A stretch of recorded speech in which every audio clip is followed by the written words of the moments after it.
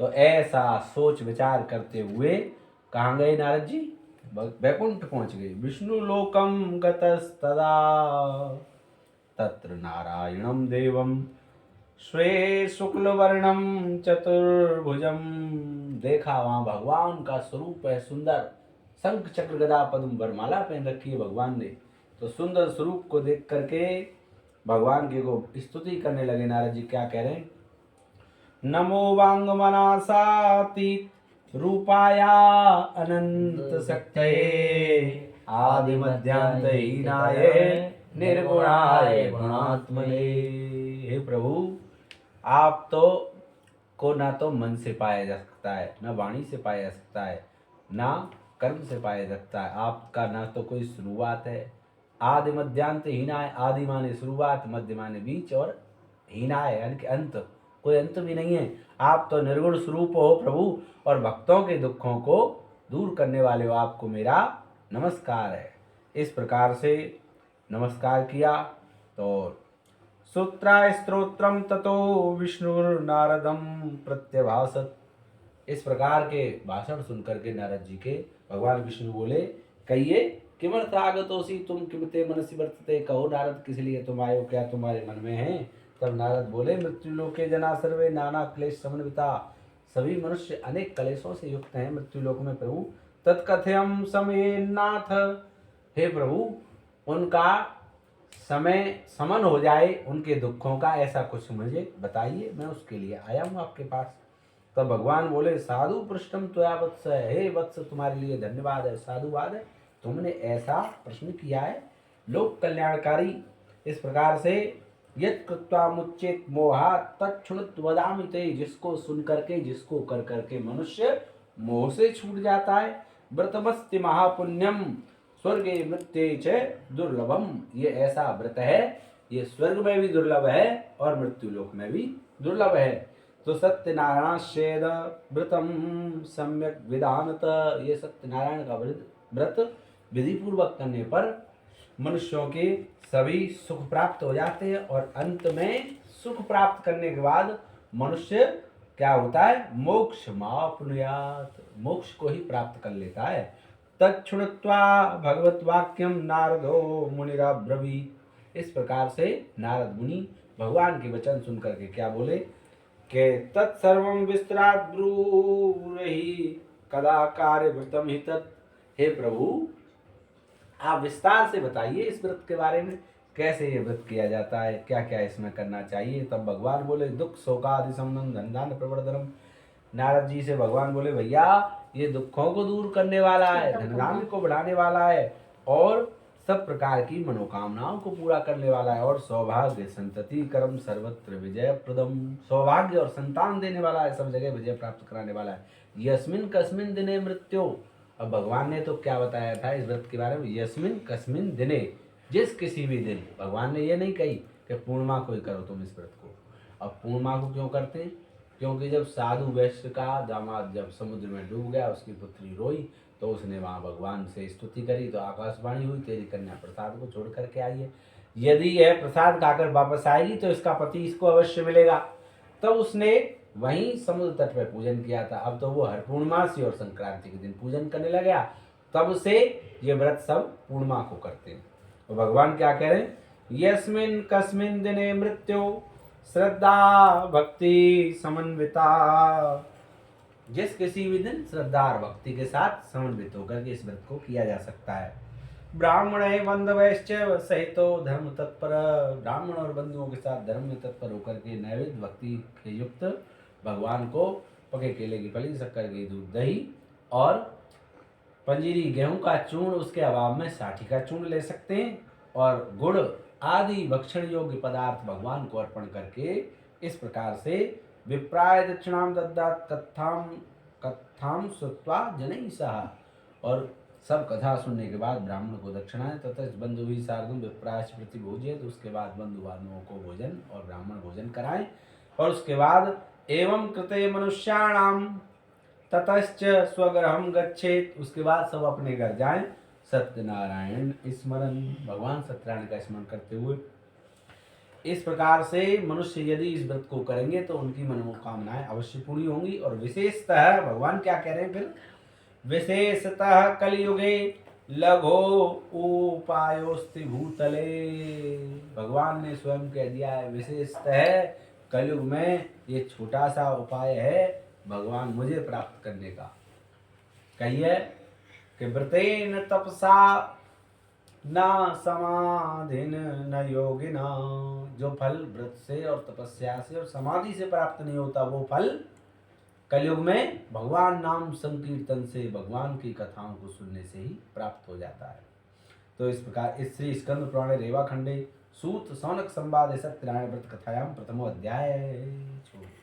भगवान क्या राधे कृष्ण गोविंद गोपाल राधे माधवा, राधे कृष्ण गोविंद गोपाल राधे माधवा, गोपाल राधे माधवा गोविंद राधे माधवा, गोपाल राधे माधवा गोविंद राधे माधवा, राधे कृष्ण गोविंद गोपाल राधे माधवा, राधे कृष्ण गोविंद गोपाल राधे माधवा, राधे कृष्ण गोविंद गोपाल राधे माधवा। द्वितीय अध्याय। सूतवाच, सूत जी बोले इसमें से सबको देते जाया करो ये लो। अथान्यत् संप्रवक्ष्यामि कृतं येन पुरावृतं, कश्चित् काशीपुरे रम्ये गृह्यासीत् विप्रोति निर्धन।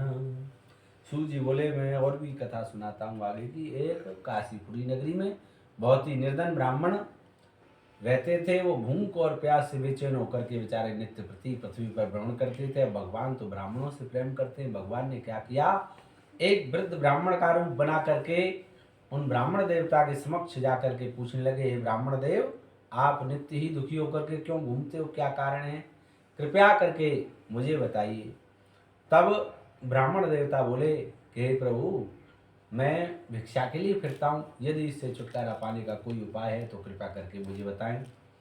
तब सत्यनारायण भेषधारी भगवान बोले कि भैया, सत्यनारायणो विष्णु वांछितार्थ फलप्रद, कि भगवान सत्यनारायण मनोवांछित फल देने वाले।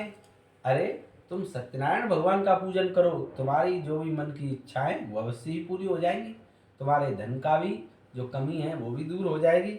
इस प्रकार यत् कृत्वा सर्व दुखेभ्यो मुक्तो भवति मानवा। स्वयं भगवान विष्णु वृद्ध ब्राह्मण का रूप धारण करके क्या कह रहे हैं, जिसको करके मनुष्य सभी दुखों से मुक्त हो जाता है। ये व्रत ऐसा है, अगर ये व्रत कोई भावपूर्वक करता है, श्रद्धा से करता है, तो उसके जो भी दुख हैं वो सब अवश्य ही दूर हो जाते हैं। कहिए भगवान ने कि विधानम च व्रतमस्य विप्राया भासि यत्नतः, विधान पूर्वक इस व्रत को ब्राह्मण के द्वारा किया जाए। सत्यनारायणो वृद्ध स्त्रोवान्तरधीयत, अंतर ध्यान हो गए भगवान ऐसा कह करके सत्यनारायण वेश धारण करने वाले।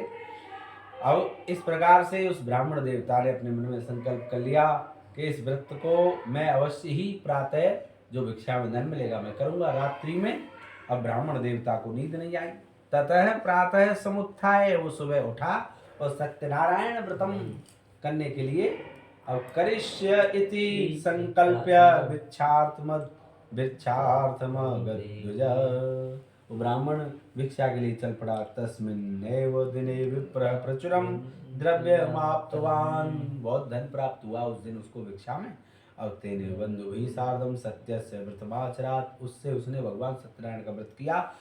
सर्व दुख विनिर्मुक्ता सर्व संपत्ति समन्विता, सर्व दुखों से वो दूर हो गया, सब प्रकार की संपत्तियों से युक्त हो गया। और बभूव सहदुज श्रेष्ठो व्रतमस्य प्रभावतः, उस व्रत के प्रभाव से वो ब्राह्मण सब प्रकार से श्रेष्ठ हो गया। अब कृतः प्रभृति कालम च मासी मासी व्रतम कृतम, वो हर महीने भगवान का व्रत करने लग गया।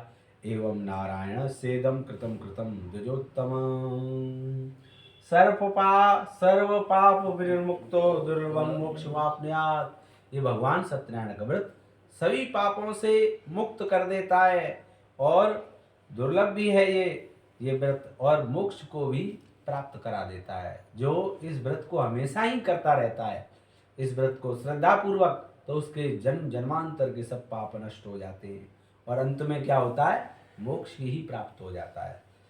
तदेव सर्व दुखम च मनुजस्य विनश्यति, मनुष्यों के सब दुख दूर हो जाते हैं। एवं नारायणो नारायणे नोक्तम नारदाय महात्मने।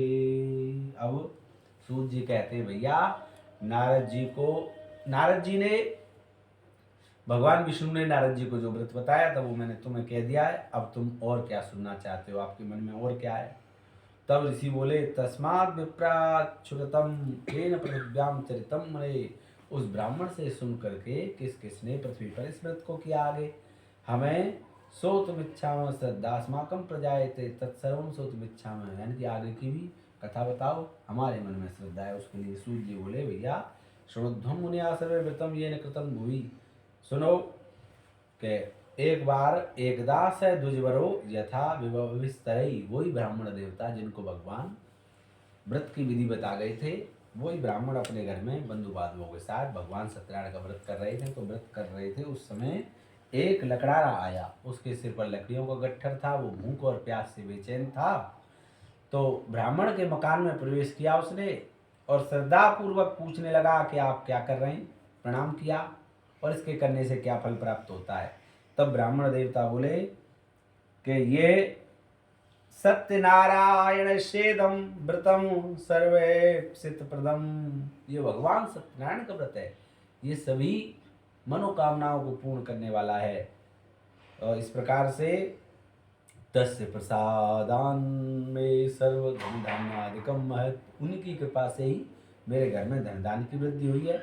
इस प्रकार से लकड़ी बेचने वाला जो लकड़ारा था उसने जलपान लिया, भगवान का चरणामृत लिया, प्रसाद लेकर के अपने नगर को आया। उसने भी अपने मन में संकल्प कर लिया कि गांव में लकड़ी बेचने से कल जो मुझे धन मिलेगा उसी से मैं भगवान का उत्तम व्रत करूँगा।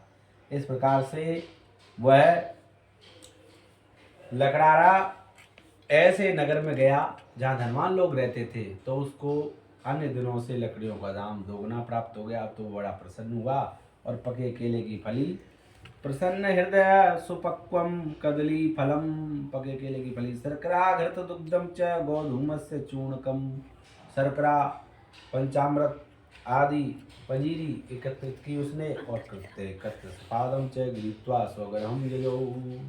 इस प्रकार से अपने घर आया और बंधु बांधवों के साथ उसने भगवान सत्यनारायण का ये व्रत किया, और व्रत के प्रभाव से वो धन धान्य पुत्र आदि से युक्त हुआ और अनेक प्रकार की संपत्ति प्राप्त करके वैकुंठ को ही प्राप्त कर गया। बोल सत्यनारायण भगवान की जय। श्री स्कंद पुराणे रेवाखंडे सूत शौनक संवादे सत्यनारायण व्रत कथायाम द्वितीय अध्याय।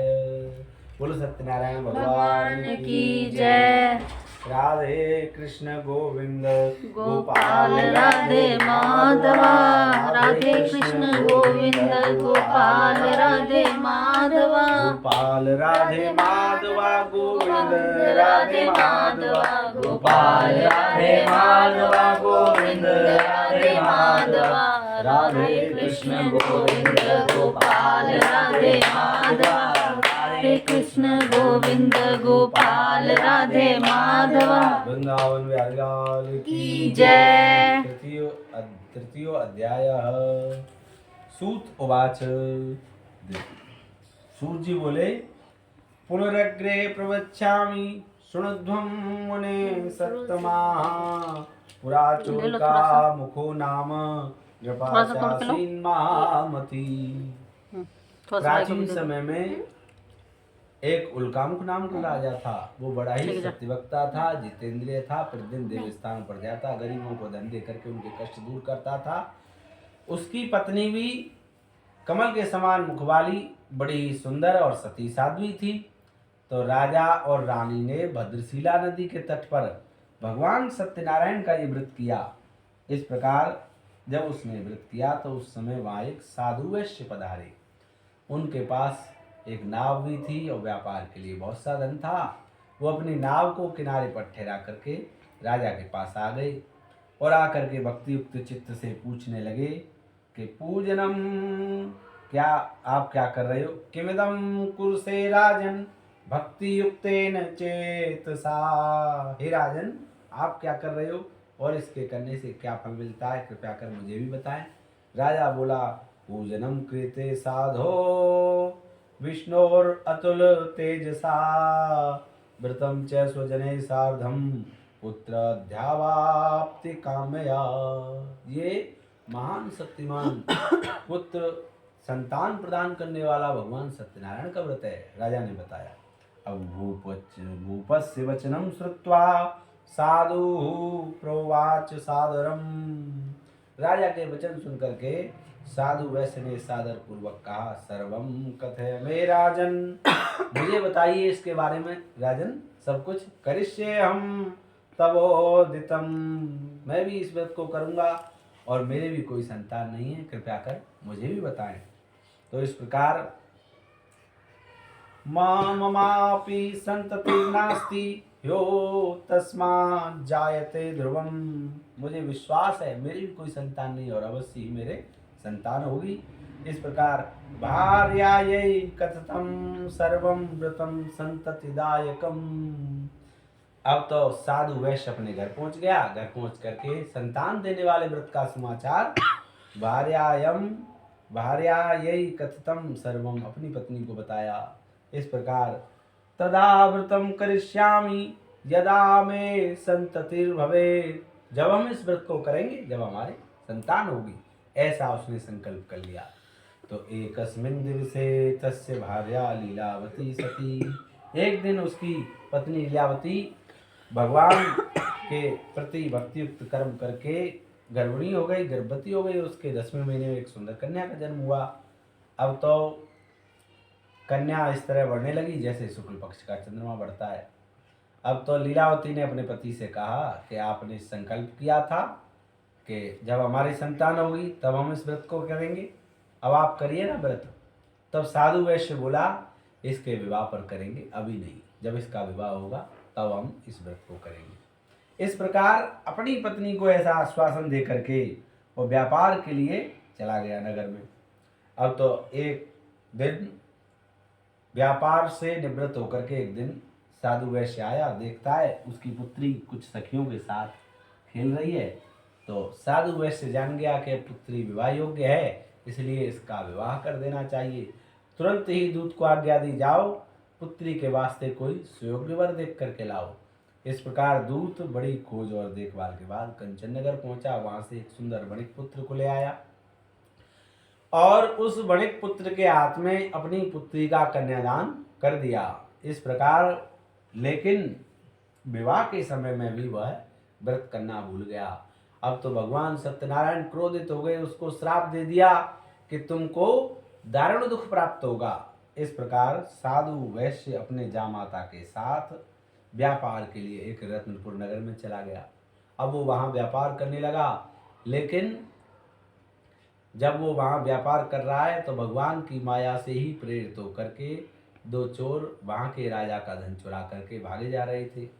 किंतु पीछे से राजा के सिपाही जब उनके पीछे भाग रहे थे तो चोरों ने घबरा करके उस धन को वहीं छुपा दिया जहाँ दोनों ससुर जमाई ठहरे हुए थे। इस प्रकार जब धन को रखा देखा तो दोनों को बंदी बना लिया। उन्होंने मना किया, हमने चोरी नहीं की है, लेकिन भगवान की माया।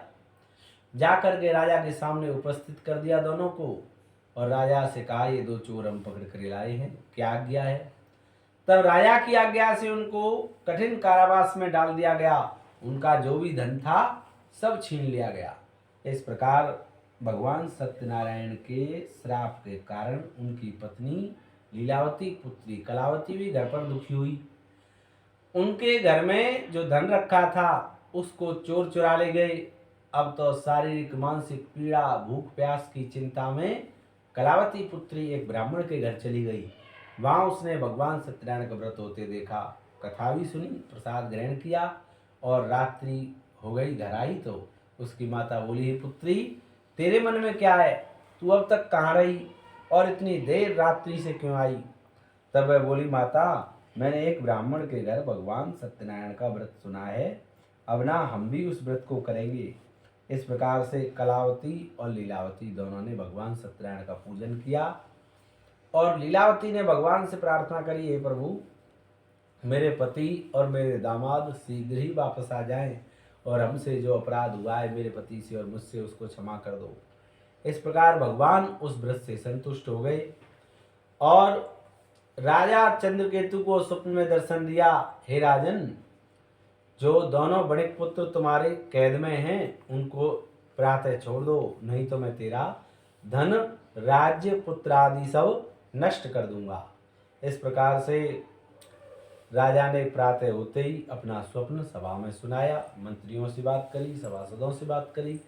दोनों बड़े पुत्रों को कैद से मुक्त करके सभा में बुलाया गया और उनको कहा, महानुभावो भावी बस ऐसा कठिन दुख तुम्हें प्राप्त हुआ है, अब तुम्हें कोई भय नहीं है। ऐसा कहकर के उनको नए नए वस्त्र आभूषण पहनाए और उनका जो धन लिया था उससे 2 गुना धन दे करके उनको आदर से विदा कर दिया। इस प्रकार दोनों वैश्य अपने घर को चल दिए। बोलो सत्यनारायण भगवान की जय। विष्णु भगवान की जय। राधे कृष्ण गोविंद गोपाल राधे माधवा, राधे कृष्ण गोविंद गोपाल राधे माधवा, गोपाल राधे माधवा गोविंद राधे माधवा, गोपाल राधे माधवा गोविंद राधे माधवा, राधे कृष्ण गोविंद गोपाल राधे माधवा, राधे कृष्ण गोविंद गोपाल राधे माधवा। बोलो सत्यनारायण भगवान की जय। चतुर्थो अध्याय। सूत उवाच, सूत जी बोले, यात्रां तु कृतवान् साधुर् मंगलायान पूर्वकां ब्राह्मणेभ्यो धनं दत्त्वा तदा तो नगरं ययौ। साधु वैश्य ने मंगलाचरण करके यात्रा आरंभ करी और बहुत सा दान पुण्य किया ब्राह्मणों को और अपने नगर के लिए चल पड़ा। जब समुद्र के अंदर काफ़ी देरी तक, काफ़ी दूर तक नाव चली तो नाव को विश्राम के लिए ठहराया गया।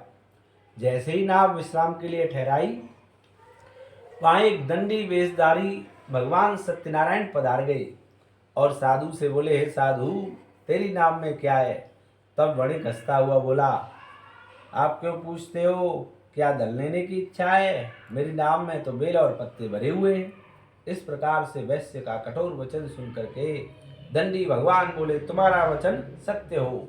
ऐसा कह करके वो समुद्र के किनारे बैठ गए समाधि लगा करके।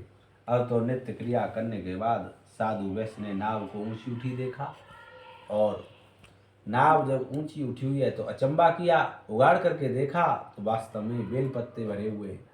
मूर्छित हो गया, जमीन पर गिर पड़ा और फिर शोक प्रकट करने का लगा मूर्छा खुलने पर। तब उसका दामाद बोला, आप शोक ना करें, ये दंडी भगवान का श्राप है। आपने उनसे असत्य वचन कहे थे इसलिए ऐसा हुआ है। अब ना हमें उनकी शरण में चलना चाहिए और क्षमा मांगनी चाहिए, तभी हमारी मनोकामना पूरी होगी। इस प्रकार से साधु वैश्य अपने दामाद सहित दंडी भगवान के पास गए, जाकर के चरणों में गिर पड़ा, बारंबार क्षमा मांगने लगा। कहने लगा, हे प्रभु मुझसे भूल हो गई, मैंने गलती करी, आपसे असत्य वचन कहे, मुझे क्षमा कर दो। मैं सामर्थ्य के अनुसार आपकी पूजा करूंगा और मेरी नाव को पहले की तरह धन से परिपूर्ण कर दो। इस प्रकार दंडी भगवान बोले, सत्यनारायण वेशधारी, हे साधु तुझे बार बार दुख प्राप्त हुआ है, तू मेरी पूजा से विमुख हुआ है, तू फिर भी मुझे नहीं पहचान पाया। तब साधु वैश्य बोला, हे प्रभु ब्रह्मा जैसे बड़े बड़े ज्ञानी आपको नहीं पहचान पाते, तब भला मैं अज्ञानी आपको कैसे जान सकता हूँ? मुझे क्षमा कर दो और मैं सामर्थ्य के अनुसार आपकी पूजा करूँगा। मेरी नाव को पहले की तरह धन से परिपूर्ण कर दो। इस प्रकार दंडी भगवान उसकी प्रार्थना से संतुष्ट हो गए और उससे कहा कि तुम्हारी नाव पहले की तरह धन दान से परिपूर्ण हो जाएगी। ऐसा कह करके दंडी वेशधारी भगवान सत्यनारायण अंतर ध्यान हो गए। इस प्रकार साधु वैश्य ने आकर के देखा नाव धन दान से परिपूर्ण है, तो उसने वहीं समुद्र तट पर भगवान सत्यनारायण का पूजन किया और भगवान का भोग लगा के प्रसाद ग्रहण किया, सबको वितरित किया और फिर से मंगलाचरण करके यात्रा आरंभ करी। अब तो नाव समुद्र में काफ़ी समय तक चली तो अपने नगर के निकट पहुंच गया। तो दूत को आज्ञा दी, जाओ हमारी पत्नी को समाचार दो कि साधु वैश्य नगर के समीप आ गए। इस प्रकार जब दूत ने जाकर के सूचना दी तो लीलावती और कलावती दोनों भगवान सत्यनारायण की पूजा कर रही थीं। तो लीलावती बोली अपनी पुत्री कलावती से, पुत्री तू ना कार्य पूर्ण करके शीघ्र आ जाना, मैं अपने पति के दर्शन को जाती हूँ। इस प्रकार लीलावती तो चली गई, तो लेकिन कलावती ने भी क्या किया, जल्दबाजी में भगवान का प्रसाद ग्रहण करना भूल गई, वो भी अपने पति के दर्शन को चली गई। देखती है उसका पति नाव सहित समुद्र के अंदर डूब गया। अब तो वो जोर जोर से विलाप करने लगी, रोने लगी। इस प्रकार साधु वैश्य ने सबको दुखी देख करके, कन्या को रोता हुआ देख करके भगवान से प्रार्थना करी, हे प्रभु मुझसे मेरे परिवार से जो भूल हुई है उसे क्षमा कर दो, मैं सामर्थ्य के अनुसार आपकी पूजा करूंगा। इस प्रकार भगवान सत्यनारायण आकाशवाणी हुई, हे साधु तेरी कन्या मेरे प्रसाद को त्याग करके आई है, यदि यह घर जा करके प्रसाद खा करके पुनः वापस आएगी तो इसका पति इसको अवश्य मिल जाएगा। इस प्रकार कलावती ने घर पहुंच करके भगवान सत्यनारायण का पूजन किया। पूजन करके उसने भगवान का भोग लगाया, प्रसाद ग्रहण करके पुनः वापस आई तो उसका पति अब नाव सहित समुद्र के अंदर डूबा था, वो नाव सहित समुद्र के ऊपर आ गया।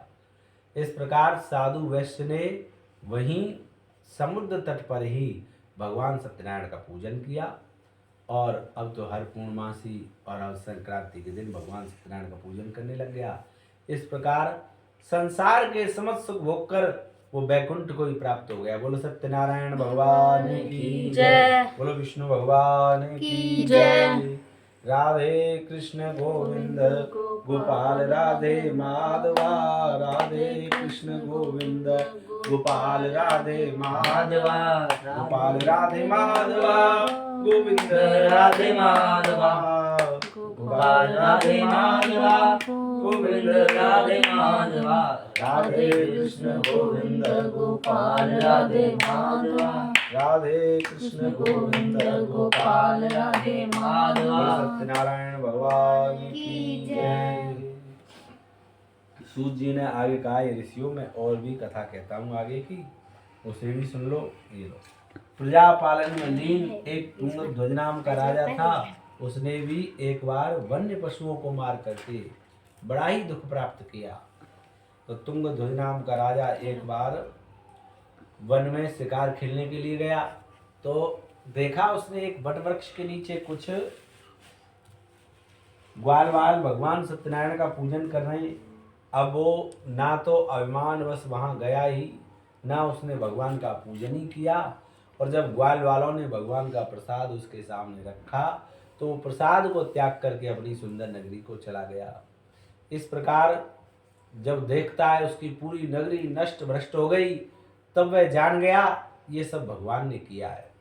तो फिर से वह विश्वास करके वट वृक्ष के नीचे आया, फिर से उसने वहाँ पूजन किया, भगवान का कथा सुनी, प्रसाद ग्रहण करके फिर से वो अपनी नगरी को गया तो उसकी नगरी पहले जैसी थी वैसी ही हो गई। इस प्रकार दीर्घ काल तक सुख भोग कर मरने पर वो मोक्ष को ही प्राप्त हुआ। बोलो सत्यनारायण भगवान की जय। अब इस प्रकार सूत जी कहते हैं, जो मनुष्य इस परम दुर्लभ व्रत को करेगा, सत्यनारायण भगवान की कृपा से उसे धन धान की प्राप्ति होगी, निर्धन धनी हो जाएगा। जो जिसके पास धन की कमी है, पैसा नहीं रुकता, पैसे का अभाव रहता है, तो वो उसके पास धन की सारी कमी दूर हो जाएगी और बंधन से मुक्त होकर के निर्भय हो जाता है। कोई व्यक्ति जेल में पड़ा हो तो जेल से छूट करके वो बाहर आ जाता है, उसके नाम से ये कथा कराई जाए। संतानहीनों को संतान प्राप्त हो जाती है और सभी मनोरथ पूरे होकर के अंत में वैकुंठ को ही प्राप्त कर जाते हैं। जिन्होंने पहले समय में इस व्रत को किया है उनके दूसरे जन्म की कथा कहता हूँ। देखो, सुंदर काशीपुरी नगरी में जो ब्राह्मण घूमते थे वो ब्राह्मण कौन थे? शतानंद ब्राह्मण। उन्होंने इस व्रत को किया, तो इस व्रत के प्रभाव से ही वो सतानंद ब्राह्मण अगले जन्म में सुदामा जी बन गए और भगवान श्री कृष्ण के चरणों की भक्ति करके मोक्ष को प्राप्त कर गए। इस प्रकार से जो लकड़ारा था उसने इस व्रत को किया, तो उस व्रत का ही प्रभाव था। वो लकड़ारा अगले जन्म में निषाद राज गुह बना और भगवान श्री राम के चरणों की भक्ति करके मोक्ष को प्राप्त कर गया। तो इसी व्रत के प्रभाव से जो उल्कामुक नाम का राजा था वो दशरथ हुआ, क्योंकि भगवान सत्यनारायण के इस व्रत को जो निरंतर करता है उसके समस्त पाप नष्ट हो जाते हैं। ध्यान देना, जब पाप नष्ट होते हैं ना व्यक्ति के, तो भगवान फिर उसके घर जन्म लेकर के आते हैं। एक पापी व्यक्ति के यहाँ भगवान का जन्म नहीं होता। जो पुण्यात्मा व्यक्ति होता है, पुण्यशील व्यक्ति होता है, उसके ही यहाँ भगवान जन्म लेकर के आते हैं।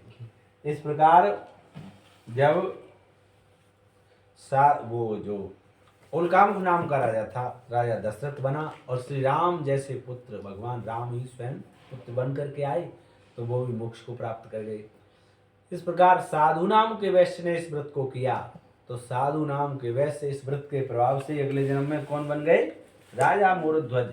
और ऐसे अनन्य भक्त हुए भगवान के भगवान परीक्षा लेने गए, शेर बना करके ले गए अर्जुन को, और भगवान स्वयं बन गए साधु।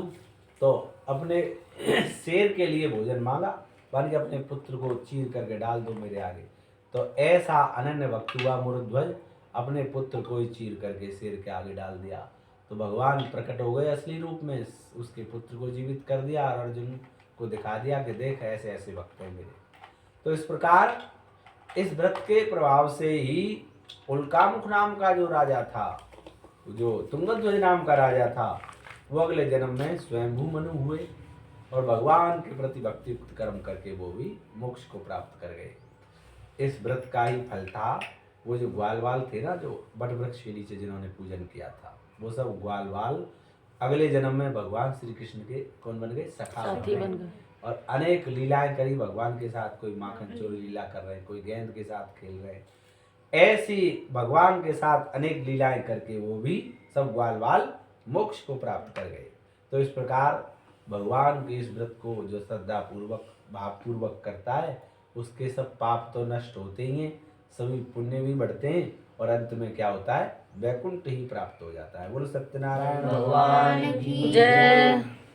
राधे कृष्ण गोविंद गोपाल राधे माधवा, राधे कृष्ण गोविंद गोपाल राधे माधवा, गिरवरधारी माधवा मेरा कुंज बिहारी माधवा, गिरवरधारी माधवा मेरा कुंज बिहारी माधवा, राधे कृष्ण गोविंद गोपाल राधे माधवा, राधे कृष्ण गोविंद गोपाल राधे माधवा। गुरु वृंदावन बिहारी लाल की जय। सत्यनारायण भगवान की जय। आसन के नीचे से छू के जल डाल दो, थोड़ा ऐसे उठा के बस खत्म। बस, और छू के खड़े